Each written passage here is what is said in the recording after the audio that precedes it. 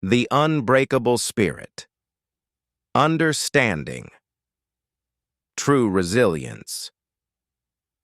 Did you know that some of the world's most successful people failed spectacularly before they made it? J.K. Rowling was rejected by 12 publishers. Michael Jordan was cut from his high school basketball team. Oprah was fired from her first television job. So what separated them from everyone else who faced similar setbacks? One word: resilience. Today, we're diving deep into what resilience really means, why it matters more than talent, and most importantly, how you can build it in your own life. Let's start with what resilience actually is, because it's often misunderstood. Resilience isn't about being tough all the time or never feeling pain. It's not about pretending everything is fine when it's not. And it's definitely not about bouncing back to exactly who you were before a challenge hit. True resilience is the ability to adapt, grow, and move forward in the face of adversity. It's about bending without breaking. Think of a bamboo tree in a storm. It doesn't stand rigid against the wind. Instead, it sways, it bends, sometimes almost to the ground, but it doesn't snap. And when the storm passes, it stands tall again. Resilient people don't deny their struggles or suppress their emotions. They acknowledge the difficulty, feel what they need to feel, and then ask themselves, what can I do next? Here's the reality. Life will test you. Not might test you, will test you. You'll face rejection, failure, loss, disappointment, and moments where everything feels like it's falling apart. That's not pessimism, that's just being human. The question isn't whether you'll face adversity, but how you'll respond when you do. Research shows that resilience is a better predictor of success than IQ, talent, or even opportunity. Why?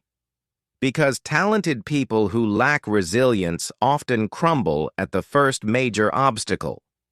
Meanwhile, resilient people keep showing up, keep learning, and keep adapting until they break through. Resilience also protects your mental health. People with strong resilience are less likely to develop anxiety and depression when facing stress. They recover faster from setbacks and maintain stronger relationships because they can weather conflicts and challenges together. In short, resilience is the difference between being a victim of your circumstances and being the author of your comeback story. So what makes someone resilient? Is it something you're born with, or can you develop it? Great news. Resilience is absolutely trainable. Neuroscience shows that our brains are remarkably plastic. They can form new neural pathways throughout our lives. Every time you face a challenge and push through, you're literally rewiring your brain to handle stress better next time. Psychologists have identified several key factors that build resilience. Strong relationships. People who have supportive connections weather storms better. You don't need dozens of friends, just a few genuine relationships where you feel seen and supported, a sense of purpose.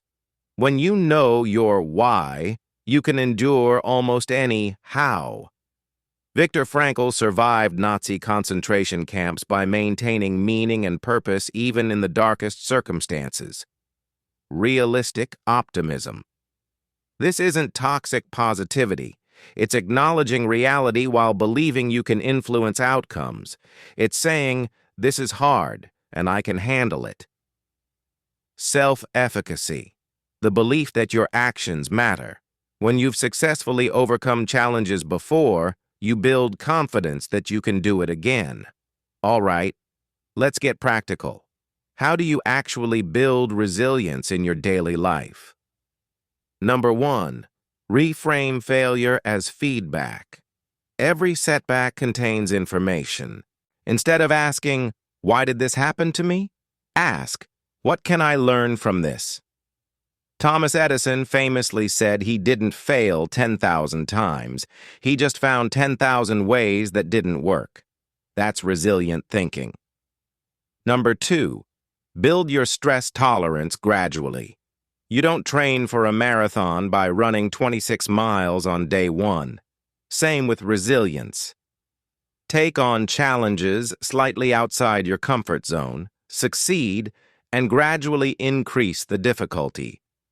This could be as simple as having difficult conversations, trying new skills, or taking calculated risks. Number 3, practice self-compassion.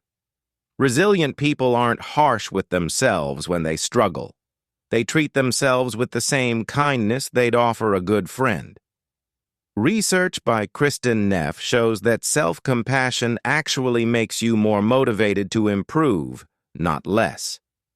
Number 4, create a resilience routine. Build daily habits that strengthen your foundation. Regular exercise, adequate sleep, mindfulness or meditation, journaling, and maintaining your relationships. When the storm hits, you want your foundation solid. Number 5, keep a wins journal. Write down your daily victories, no matter how small. Finished a difficult task? Write it down. Had a tough conversation? Write it down. On hard days, review this journal to remind yourself of your capability. Number 6, develop a growth mindset. Carol Dweck's research shows that people who believe abilities can be developed through effort are more resilient than those who think abilities are fixed. When you hit an obstacle, add one word to your thinking. Yet. I can't do this yet. Let me share a powerful story that illustrates resilience in action. In 2008, Sarah Blakely, founder of Spanx, was already a billionaire.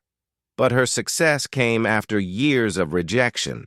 She pitched her idea to manufacturer after manufacturer. They all said no.